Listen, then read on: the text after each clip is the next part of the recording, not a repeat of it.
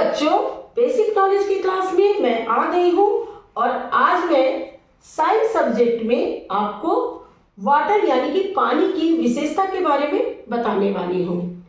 पानी के बारे में आज के क्लास में आप 10 मुख्य बातों को जानेंगे और पानी के बारे में जब ये 10 बात आप हिंदी और इंग्लिश दोनों में जान लेंगे तो जब भी आपसे कोई भी क्लास में या आपके पेरेंट्स, आपके टीचर जो भी आपसे पानी के बारे में जब भी कुछ पूछेंगे तो आप पानी के ऊपर कम से कम 10 लाइन आराम से हिंदी और इंग्लिश में बता सकेंगे।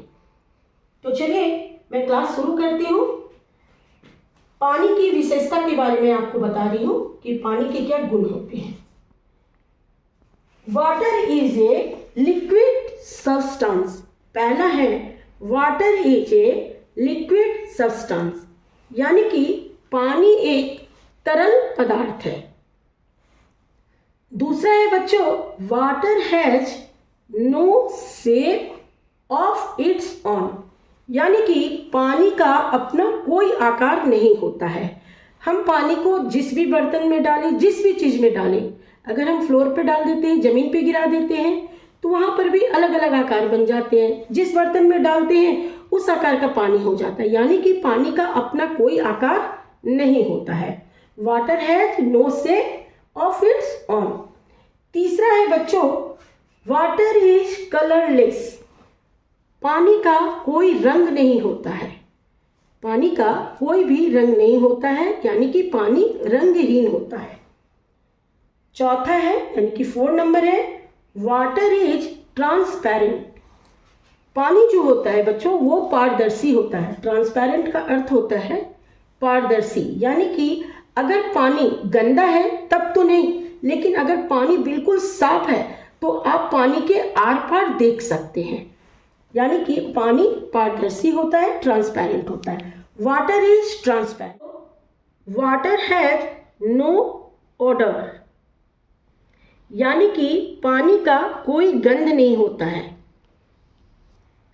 और छठे नंबर पे है बच्चों, वाटर हैज नो टेस्ट। पानी का कोई स्वाद भी नहीं होता है।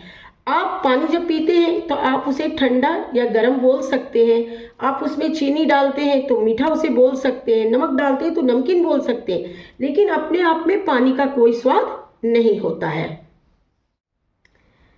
7वें नंबर पे है, water exist in 3 states, solid, liquid and gas. पानी जो है 3 रूपों में पाया जाता है।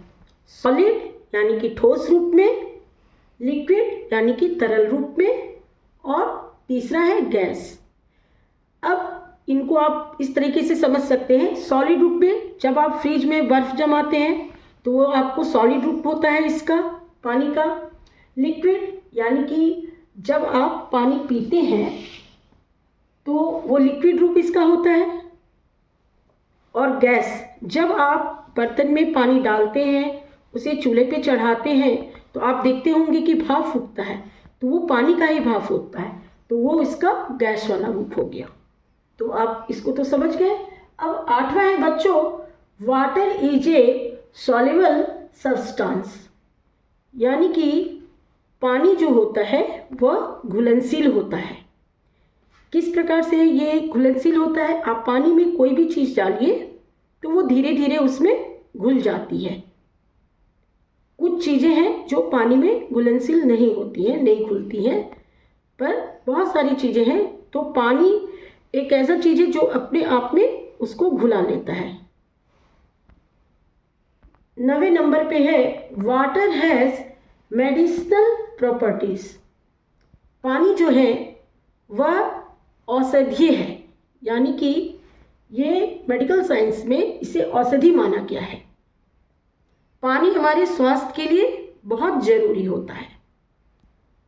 तो पानी क्या है? एक औषधीय पदार्थ है। Water has medicinal properties. 10वें नंबर पे है, water is used for cooking, bathing, irrigation, drinking, washing, यानी कि पानी का उपयोग कई काम में किया जाता है। जैसे कि खाना पकाने के लिए किया जाता है, नहाने धोने के लिए किया जाता है, सिंचाई के लिए यानी कि खेतों को सींचने के लिए भी पानी का उपयोग होता है, ड्रिंकिंग यानी कि हम पानी का उपयोग पीने के लिए करते हैं, वॉशिंग यानी कि कोई भी चीज़ धोने के लिए, बस गाड़ी या कोई भी चीज़ आप पानी से धोते हैं, कपड़ा तक हम लोग पानी से धोते हैं, तो वॉशिंग यानी कि धोने के लिए। तो यहाँ पे हमने पानी का यूज़ बताया है।